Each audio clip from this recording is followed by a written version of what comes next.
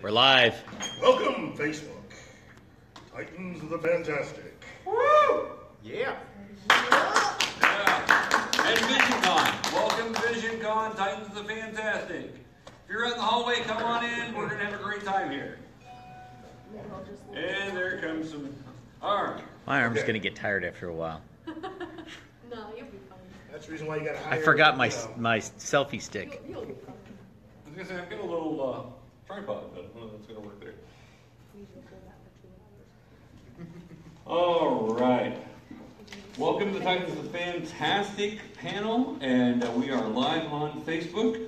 We do a talk show called Titans of the Fantastic around once a month.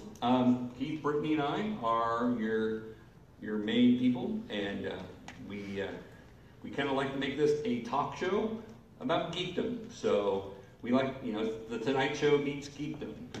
That's how I describe it to people. So, oh, there you go. Yes, I'm Jimmy Fallon. I'm actually probably more of James Corden, but that's beside the point. So. We don't break into song, though. We do not break in song. There's not going to be any carpool karaoke going on tonight. Unless it's by your wonderful guests. Yeah, that guy's leaving because he thought we were going to. Oh, yeah, we're not going to get into karaoke. Yeah. All right. Wow. So let's let the panel let our audience know exactly who we are. I'm Larry Lytle of geekycool.com, cool with a K. Website about geeks for geeks, and we like to have fun talking geek. So this is Keith. Hello, everybody. I'm Keith, longtime geek guy, filmmaker. Been involved with way too much over the last 30 plus years. Way too much to get into. So you can just, check me out on Facebook or whatever. And you have a Facebook page, Keith? I know that guy. No. Yeah, I got a Facebook page. You can find me on it. And you do post things on, what is it, Midwest Geek? Yeah, I post stuff to Midwest Society of Geeks and Nerds. There you go. And it's basically just every geeky thing you could ever want to know is on that page. You can find it on Facebook. And for those that don't know Keith, he pretty much knows all that stuff already. So. Yeah.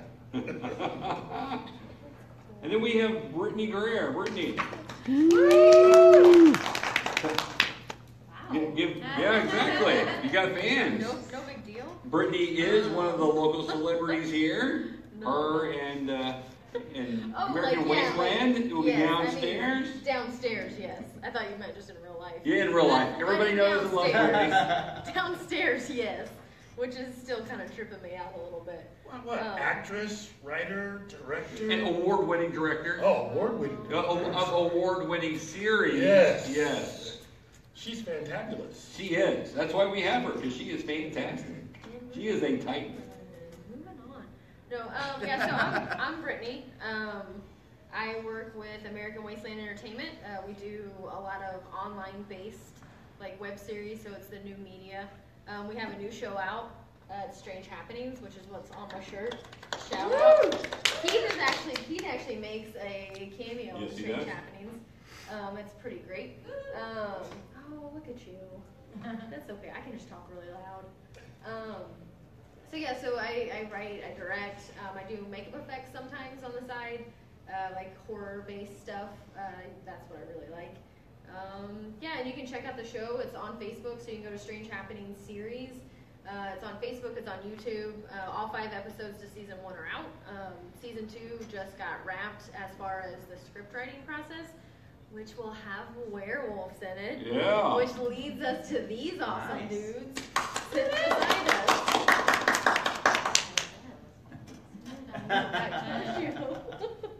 Welcome, Kevin and Adam.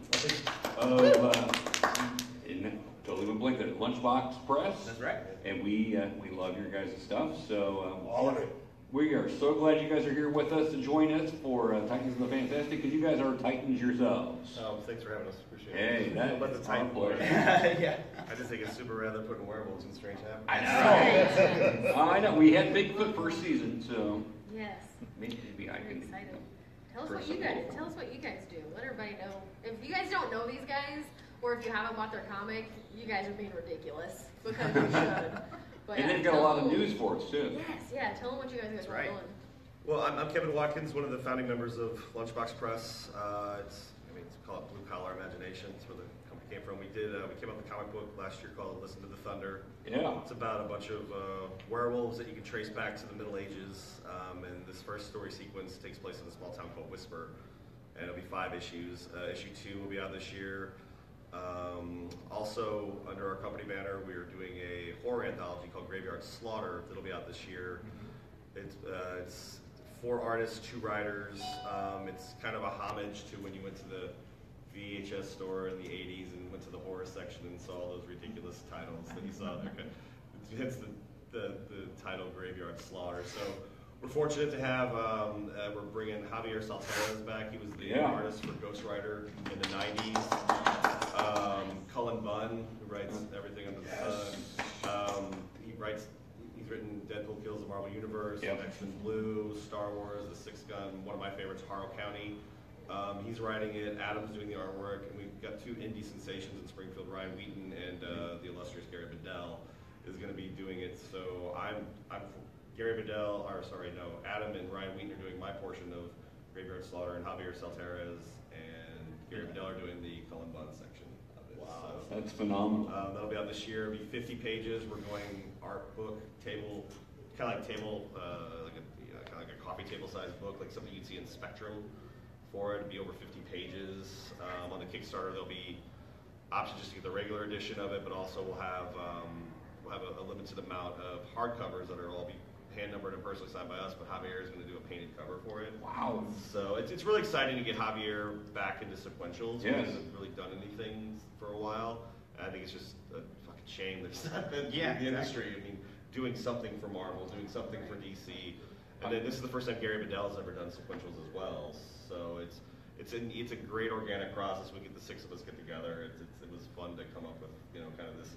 Oh, remember that movie you rented when you were a kid? Remember that movie you rented when you were a kid? Oh, what was your favorite 80s horror movie? Yeah. I'm busting out Silver Bullet and House and Frank Knight and what have you. That brings back a lot of memories. Yeah. I don't know, back in the 80s, it's, special effects, you had to work for them. Right. Squibs and, just kind of when they do Strange Happenings, you mix up gallons of blood and just start throwing it on people. Practical effects. So this is my partner in crime, Adam. Yes, I'm the artist for Listen to the Thunder and segment of Graveyard Slaughter. And yeah, just to kind of speak to the Graveyard Slaughter thing just started as a conversation over lunch between all of us, just bouncing back and forth, just how much we love horror and appreciate it. And, oh, you remember that show? And then it just kept. I mean, it just kept doing this the entire time, and it was a 3-hour lunch, just because we were all enjoying each other's company and talking about it. So and then the ideas just started popping. I mean, you wrote 2 stories, but you had 6 on the table. Yeah. They were all good, and so it's just like I hope we can continue doing this too. Wow. Yeah, but the initial conception with Graveyard Slaughter will be a quarterly book. So if the Kickstarter does well, we'll put 4 out a year on those. So see how the first. I mean, Thunder did really well. At least in our, for us, the first Kickstarter for it. And issue 2 for Thunder will be 28 pages of original content versus the 24. So we're adding 4 more pages to the story. And we get to the 5th issue, which will complete the Whisper storyline. We're going to do a double issue, so it'll be almost 50 pages to finish it out. So. Are you guys going to do Kickstarter? Yeah, we'll continue to for the second. Yeah, all the issues will be Kickstarter, unless we're trying to get 3 together, and then we'll resubmit to Image.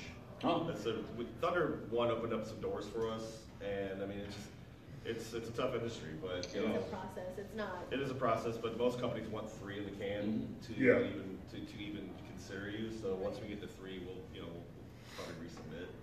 So. And you guys can follow them too on Facebook because they'll put up their Kickstarter and they do really awesome perks. Like I had no money because we just did Strange Happenings, so I didn't get to do their Kickstarter. And then they came to the Comic Cave, which again you should go to the Comic Cave for your comics. In Springfield, Missouri. Yeah, in Springfield. ComicCave.com. Yeah. Josh Roberts is amazing. Yeah, he's fantastic. But they did like a big launch, and I was so thankful because when they did the launch, they did sketch covers, which was great. So then that's something that you can get on Kickstarter. So I was super, super pumped that I got a wicked cool sketch cover done on the comic itself. Yeah, I still it was remember that one. fantastic. Yeah, it's got red, Yeah. it's bleeding, it's amazing. But yeah, so when they do the Kickstarter, totally make sure you look at their perks because they have like a lot of stuff that you can't get normally. And I'm telling you, like once they get 3 in the can, I can guarantee you Image or Dark Horse or somebody is going to pick it up, and you'll be thankful that you have like original stuff. That's going to be one of those worth 15 grand someday. It's going to be one of those, like, I'm going to have it like CGC'd. It's going to be like a 9.8 just because they won't give me a 10. So now you guys are have these ash cans. Yes. Which is awesome because I grew up like reading Wizard magazine. Yes. And the ash cans. Yeah. So I told Adam when I asked him, hey, let's do an ash can. He's like, "What's that?" And I'm like, No, I know what it is. I'm just like, who does it anymore? That's what I was Yeah, saying. well, Well, that's the great thing. Who does it anymore? Exactly. Yeah. so what Be this different. is, we have copies of the first issue if you want to get it at our table. And sketch covers. And actually. the thing is also that the sketch cover we're talking about, Adam usually does those for about $60, $70. If you want to get a sketch cover during VisionCon, they're only $40. Yep. Yeah. So we've got a few of those left, but we have previews here for you guys. These are free ash cans. It shows the first 2 pages of Listen to the Thunder issue 2.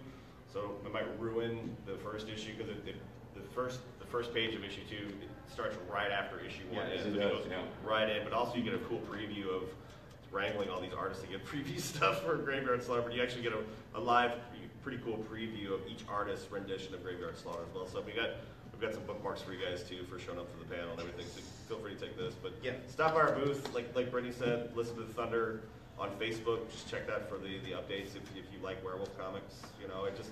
This is our just love for the 80s horror. My mom obviously raised me on Stephen King. Yeah. So if I'm going to contribute to the horror industry, this is kind of what I wanted to do with it. So. And it's a sweet comic. Even if you're not like a werewolf person and you just like comics, it's just a good comic. Like without it being like a werewolf, you know what I mean? Like without it being like you don't have to just like werewolves. You don't have to just like supernatural. Like it's a strong comic both visually and story. And it's like as soon as I was done reading it, I was like, gosh, dang it. Now I have to wait. Like I want it now. You sound like my 13-year-old. She's like, what now? I get that a lot, that I sound like a 13-year-old. I get it a lot. Like, I'm just like, yep. 2 fucking years to finish it. Yeah. What now? Really? Yeah, I'm just like, give the man a break. Yeah. He needs a break.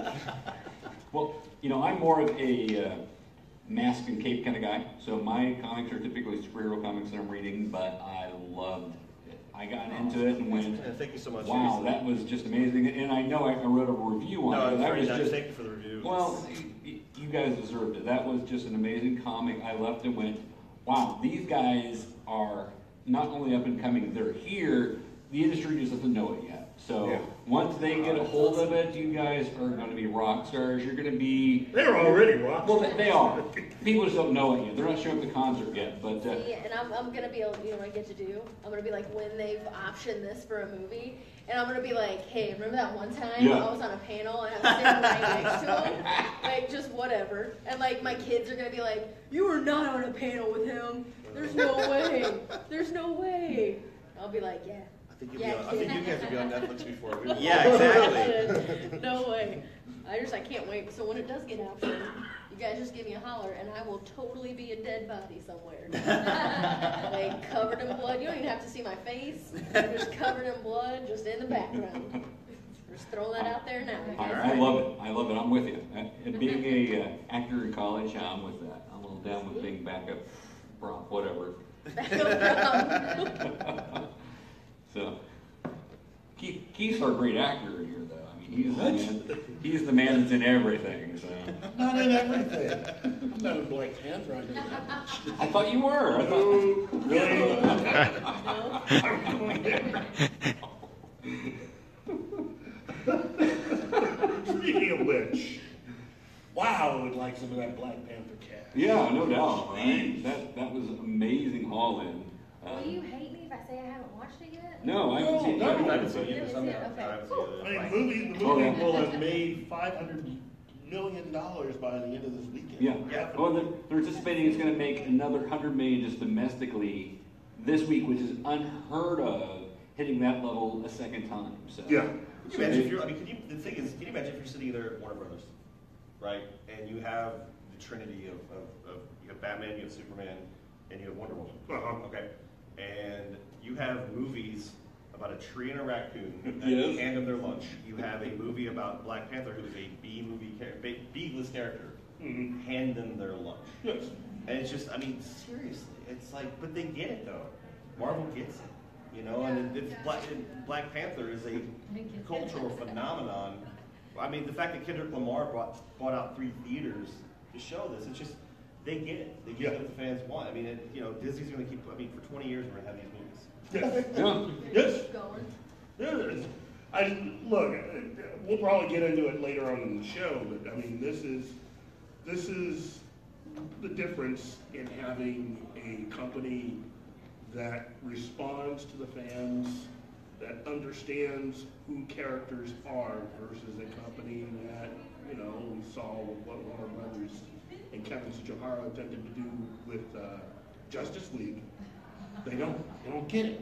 You know, they'll even sabotage their own movie just for a minor percentage. Look at the common denominator though. When you have an indie director, I mean, Thor 3 did better than Justice League. Yeah. So, but you look at like, okay, Wonder Woman, indie director, did really well. Yes. Okay. But they left her. That's the problem. Yeah. Because I'll tell you right now, if you've ever watched the show, if you follow me at all, I'm a huge DC fan. I know you're a homer, so that's why. Yeah, it's very hard for me. But if you look at it though, that's the key factor is they left them alone. Like James Gunn, they left them alone. Right. Ryan Patty, Coogan, Patty Jenkins left her alone. Ryan Coogan for Black Panther left him alone. The guy that We Live in the Shadows or We Lie in the Shadows did Thor 3, left him alone. Left him alone. And I think that's the key is a lot of, if they would do that, because it's like, to me, because as a writer or director, it's like you're paid to do a job.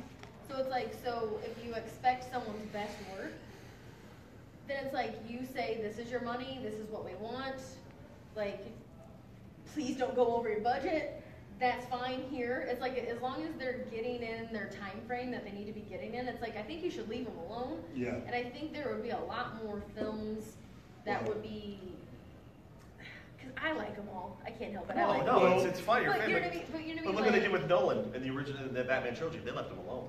Yeah, and Well, but see, that's the thing. And he dominated with it. Did you ever see the article that was written? It was a guy that worked for the Hollywood Reporter that decided to detail everything that happened from the moment that Zack Snyder got hired.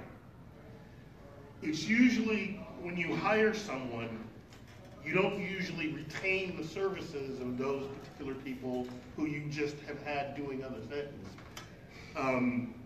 Christopher Nolan and his wife were actually retained along with 1/4 of their crew that had just gone through all those movies. They were asked to stay for Man of Steel. The script was already complete before Zack Snyder even got onto the film. That was one of the first things. Studio didn't trust him. So from the moment he started working, he had no input on Man of Steel, and was looking forward to making Man of Steel 2. That was in his mind what he was going to be working on next, because he wanted an opportunity to actually make a Superman film that was more of what he wanted to do, and he never got a chance to do that. Warner Brothers comes back and goes, well, we like we kind of got started. Put Batman in it. It's like, well, wait a minute, don't I get a chance? No, go ahead, put Batman in there and slip in Wonder Woman too. See, and have you seen Watchmen? Yeah. I mean, can we? Why would you take the director that did Watchmen and say, "Ooh, we're not going to let you do anything you want," even though 10 years from now, kids that aren't even born yet, like 20 years from now, 30 years from now, kids are going to be like, "Those people were dumb. Like, this is one of the greatest films." Like superhero films ever made. 300, look what he did with 300. Yeah, it's like, why would you mess with someone that has that under their belt? Constantly under the gun. From the moment he got hired, he was basically angling, as far as the upper management at Warner Brothers, is just angling to get him fired. Because they're trying to keep up with Marvel. Yeah, And but I see, mean, that's And the if thing, the why? pressure's Yeah. there. Yeah, and it's like, And- but don't try and do what Marvel's doing. It's, you know what I mean? Just let your creators get smart people Yeah, on your we're- team and we're let your creators create. jumping ahead in what we're Sorry. doing. My bad. No, that's My fine. bad. We do that a lot on this show, by the way. We jump ahead, we go to But I different mean- topics, but that's okay. That's what we're supposed to do. But there is a lot of information out there, and this latest thing with Joss Whedon is a part of what others have been saying for a long time, which is Joss Whedon was only brought in to direct Justice League. He was never hired to do Batgirl. Okay? This has all been just a cover, because like every studio outside of Marvel Studios, outside of Disney really, if you're talking Universal, if you're talking Fox, definitely, they have an even worse history with talent. It's the reason why the X-Men films are so inconsistent. But Fox, Warner Brothers, Universal, Paramount, they all have a particular way that they like working. And they all use the same playbook, which is when you are hired as a director or a producer or a writer, you still have to answer to the top brass. And they have the right to be able to change their minds, influence your story, get you to change things, versus at Marvel Studios under Kevin Feige, all your situations and problems are handled up front. Once you lock that story, once you lock that script, then Kevin Feige goes, okay, go make the movie. And that's the way it should be, but nobody else really handles it like that. And thus, you know, you get a studio that's able to do, 18 films in 10 years at about $15 billion globally, versus, as an example, Fox, with, I'd say, 17 films over 18 years. Guess how much all those X-Men films have made? Not $1 billion. No. Just almost.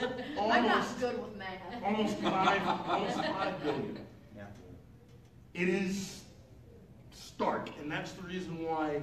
That's what they bought the Fox properties. Well, yeah, I mean, but that's the reason why you have someone like Kevin Feige who got his start working with those people, and the reason why he took the job working for running Marvel Studios is that he, as a comic book fan, was getting crushed by what they were doing at Fox. And so he figured this would be the best way to actually bringing these comics to life. Well, it's pretty hard when you have them say, we don't care what the fans think. We're going to do what we want to What do. director was that again? Oh yeah, the director of First Class. It's like, Why do you think he's never come back? Right. you want a 90s version of the X-Men? You know? You want that, Brittney? Too bad. It's not going to happen. We're gonna 90s keep cartoon telling version, you. right? That's Yeah. what you're saying, 90s cartoon version? Yeah. Yes. Oh my God. Just like da-na-na-na-na-na. Yeah. Well, Da-na-na-na-na. your best chance of Just actually clashing even, together. No, maybe that button masher game, the X-Men game, or it's Yeah. yeah, the arcade game. Yeah. There's like Yeah. like the Turtles game with X-Men. You know, it's like you get Oh my Nightcrawler and gosh. Colossus. That's what I want. And if it takes the mouse ruling the world for me to get that, whatever. Take over. I don't care. If I can just get that 90s version where I have Gambit and Rogue, who are two of the best X-Men that get no love at all from the movies. They've been screwed up repeatedly. It's like, that's think all it I was want. $67 million was the budget for the first Deadpool film. That's been the best X-Men movie. Yeah. Even an I'll X-Men put movie. Logan on there. Really? Logan's really good, I've but got I issues mean, with the story. I love Well, the thing Logan. is, it was a superhero movie second, Right, Yes. right. Yeah. and that's what I love Well, about it. Yes. a lot of Marvel movies are that. I mean, a lot of Marvel movies are actually something else, but with Well, superheroes wrapped I into should it. say, you should say a lot of MCU films. Right, MCU. Yeah. There's When I the say difference. Marvel, I mean, yeah, The 'cause specific, like the Disney owned, not Yeah. Disney owned, right, not. right. And See, 'cause a lot that of makes me times- mad. That, you know, like Fox and Sony are like, yeah, it's a Marvel movie. I'm like, no, it's not. It's a Fox movie with Marvel characters. Right. Don't be ridiculous. Well, and now Fox Don't is be Marvel, ridiculous. so there you go. So Well, they- not they- technically, I mean, just the Yeah, not library. yet. Just the library, but Yeah. anything going through, anything that was, I mean, now those characters are back. Well, not officially. The government still has to okay the whole thing. It's going to take about 18 months to do that. So that's the reason why you got a lot of fans who are driving themselves mad, Right. thinking that you're going to have an X-Men appearance in Infinity War. Not gonna No, because legally they couldn't do it even if they wanted to. But they might get it in 2.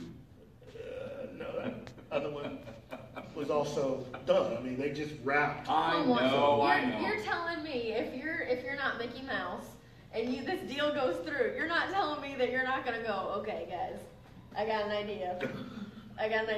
Let's do some reshoots. Right. And let's just put Hugh Jackman. Hugh Jackman's gonna put it, and it's gonna. And we're gonna put him in a yellow and blue and black suit. Yes. And we're gonna do some reshoots. I feel like it'll be fine. And with him sticking claws through Thanos and going, done. At best. At I mean, his best. cameo in First Class was great. He said 2 words. Right, In First right. Class, it was awesome. At best. They got 8 weeks to get this done. That's all I'm saying. That's At like best, they got 8 weeks to get this That's the done. only thing that I liked about Apocalypse. Is just him being in an apocalypse. The rest of it is absurd. But Well, there's a whatever. lot of talking in that movie, so. That movie is absurd. Have you guys seen that movie? Okay, I- sorry if you like it, but it's absurd. It is absurd. Look. I love Jennifer Lawrence, and I'll tell you right now, Mystique should not be teaching anybody jack crap. She's not a good guy. She's a bad guy. She's Yes, really she teaching is. people how to kill people. She's an assassin. So. Right?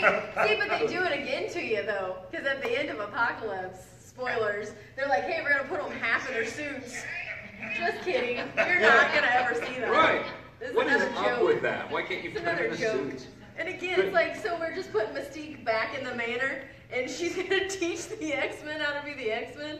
Okay. Well, we did have Magneto leading the X-Men back in the 80s at one point, so you know. Oh, you mean Magneto having problems with his family and past again, like he has for the past 35,000 years? Yep, something like He that. can yeah. do other stuff. He can? Like, he can have other problems. Well, Like, I don't understand. I mean, he That's why he stubbed goes his in- toe is better at this point than, oh, he lost another family. It's like, I love my family, but I mean, he's lost them 1,000 times. In this one, it's like, we have to give him a new family because he's already lost the other one. Give him a new one, and then he'll lose those too. That's what happened. It's a very absurd movie. If you haven't watched it, go watch it when you get home. It's family fodder. It is. Family fodder. Hey, isn't That why is great. Isn't why you have a Yes. family as a superhero or supervillain? That way they can get killed. I mean, Yeah. really. That's I mean, the only reason. Oh, some people are speculating what's going to happen to Catwoman. She's going to die What? after they get married. Because they So- get married. Yeah, that's No, speculation. they better Now, but not. back on to questions for Adam. yeah. Oh, yeah. But bring it back around. Sorry. We kind of got off track. Which I love it. And how about Talk about Titans beers, are like, fantastic. yeah, Fucking talk about comics, it. it's cool. And we're all good with you guys chiming in on anything, but I want to know a little bit more about how you guys started working at Javier and what that actually has meant for you guys in developing your Yes. comics. It does. Oh my start God, with you. it's funny, it was a great story. My wife, I don't know if you guys know the restaurant Big Whiskey. Yes. So she was the first female GM for Big Whiskey, and they gave her Ozark, Missouri. So she opened that from the ground up, she opened that store. So she comes in home one night, and she goes, she's like, do you know who Javier Saltair is? And I'm like, bleh. Yeah, got his books in my long box up in the attic. Just have them out already. Ghost Rider, G.I. Joe, whatever. She's like, Ghost Rider pajamas. yeah. So she's like, I was like, really? She's like, yeah, I just hired his kids. I'm like, no shit. She's like, yeah, I hired both of his kids. I'm like, the hell is he doing in Ozark? Right. So, and then she's like, and then I told him about your comic book. I'm like, why would you do that? Don't. Like, oh my God, why would you do that? She's like, no, you sound really interested. I'm like, oh, fuck, honey, I love you, but no. So, and he goes, no, he wants to see it. I'm like, oh my God, what? So, anyway, she arranges this meeting. You know, it's pretty much, you know, I told Adam we're not going to launch the Kickstarter until all the artwork's done because I don't want to put that pressure on because, you know, we keep 9-to-5s. And Right. I didn't want to be one of those Kickstarters where you back it and I say we're going to deliver it to you and then a year later you still don't have it. Right. So when the artwork was done, you know, so Javier comes over. So you know, if you're an artist or a writer and you workshop your stuff in front of a pro, if it goes about 15-20 minutes, yeah, it's back to the drawing board. So he shows up with his son. We got 6 packs. We're at Adam's house. and pop open a couple man sodas, and he's looking at it, going over it, just doing his thing, and I'm like, oh my god, this is amazing. You So were about to pass out. I'm just like, oh my god, this is badass. So he's looking through it, and 4 hours later, he's like some of the best independent stuff that we've seen. And he started getting into it because he's a great teacher. Yes. Like the last 2 pages of the first issue were completely laid out by him because he goes, this is your money shot. This is where you have to kind of capture the essence of the book. Can I show you how to do it? And he's like, Kevin, can I borrow your script? And I'm like,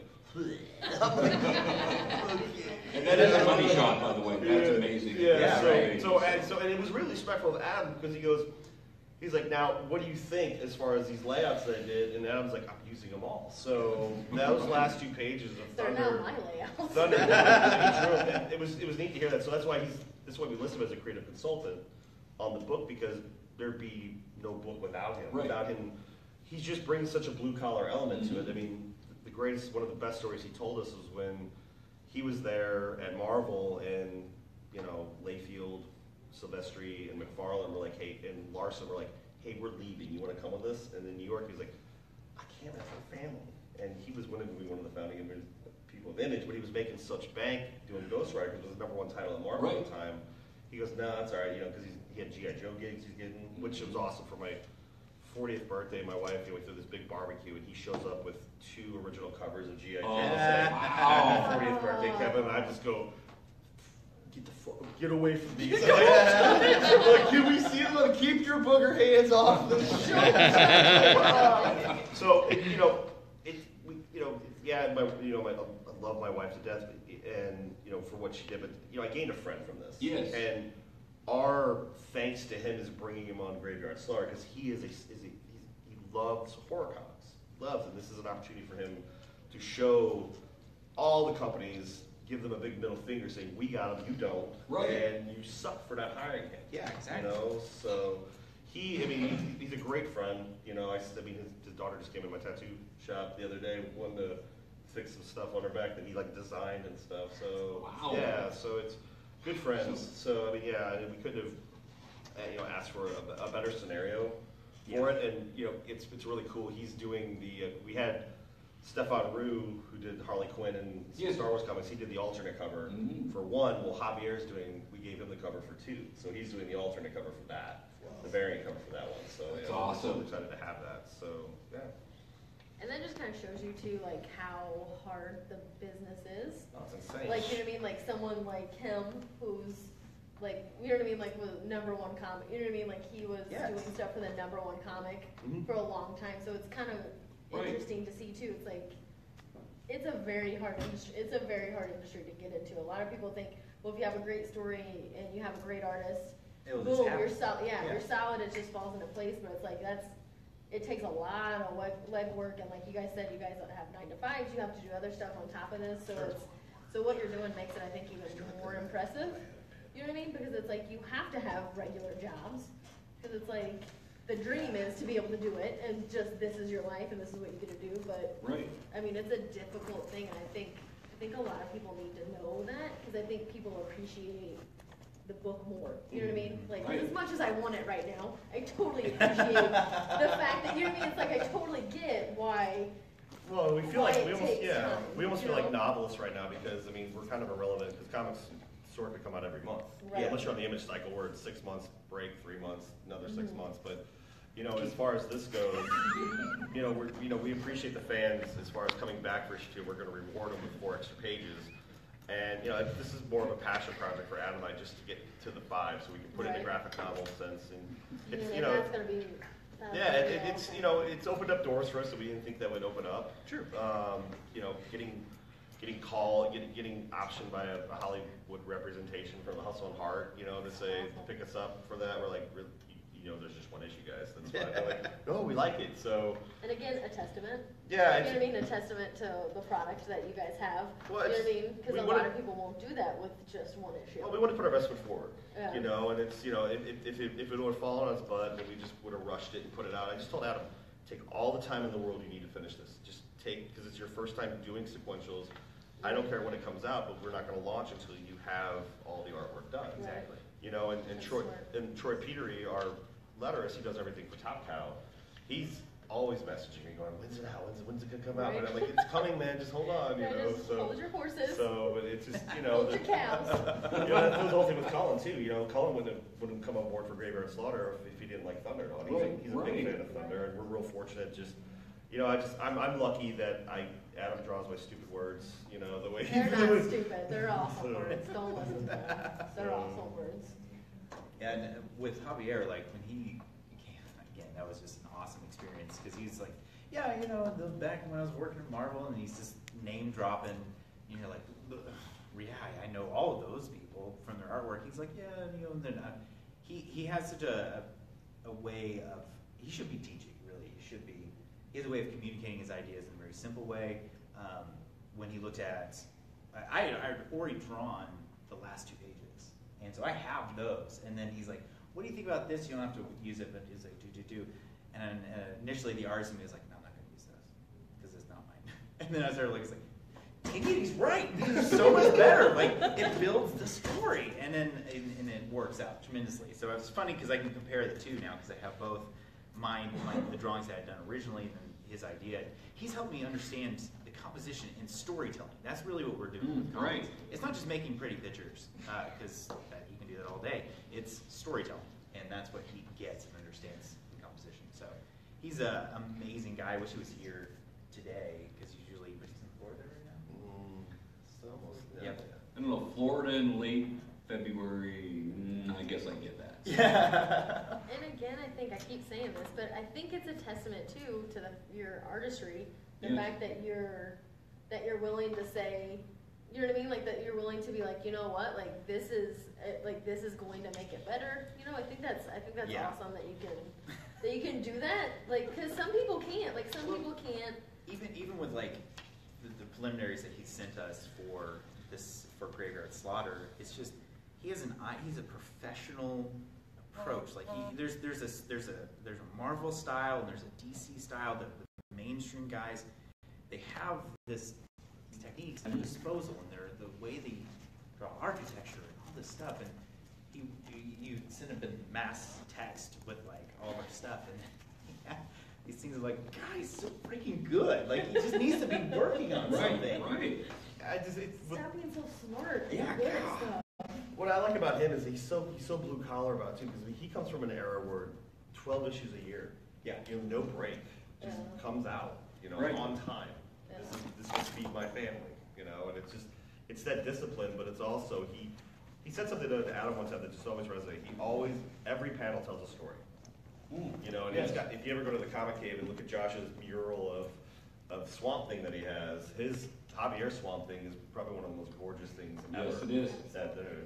Yeah, so I mean, you know, just like I said, very fortunate to have him. You know, I'm just lucky to have him as a friend. Yeah. You know, so and the book would be nothing if it wasn't for him. So, That's awesome. Man, that's so cool. He's like a mentor. Yeah, no, seriously, that's why we put him in the book. Like, Right. Jeez. I need to up my mentoring game. Anybody out there want to Yeah, mentor me? yeah, exactly. Anybody really epic want to mentor me? I mean, I'm open to it. I think with your skills, you can mentor yourself. I don't think so. I don't think so. Probably not. What would you do if you like came in and saw me one day and I was like talking to myself in the mirror? Like, I was just I'd be like, yeah. well, this is what you should be doing. I'd be like, you're the best. You just like open the door, start singing. I like it. That's what we're gonna do. We'll do another whole show about that. Yes, we will. See, I was waiting for, I'm good enough, I'm smart enough, and gosh darn people like me. No, I mean I'm gonna take Kevin's advice, and I think I'm going to just mentor myself. I don't In a think that's mirror. a problem, yeah. I think that's good. Just like Kevin said, you Well, can do it. you know, I talk to myself all the time like that, especially when I'm trying to work through story ideas or something like that. I will start debating myself and trying to get stuff out, so that makes sense to me, actually. Because, of course, I'm an auditory learner, so that helps me to, right, process it, but I don't think there's anything wrong with talking to yourself to really kind of work through the issues. So. Yeah, I feel crazy sometimes though. Do you guys do that? Do you talk for characters? Right? But, yeah, I put on my, when Beats first came out, I just said, I want those. I mean, why not Dre makes them? I'm gonna Right. get those. Right. Cool. But it cancels on everything. So I'm in there listening to music, and when I get into a scene, I'm a scaredy cat. I just lose myself, and I'll sit there and talk and work it out. And my wife's like, "Who are you talking to?" And I'm like, "What are you doing? Wow, what? No, wow, flick a light or something. Let me know you're here." She's like, "I just want to know who you were talking to." I'm like, "You know how it is. I'm just trying to work this." Dialogue is very important to me. So if they can't.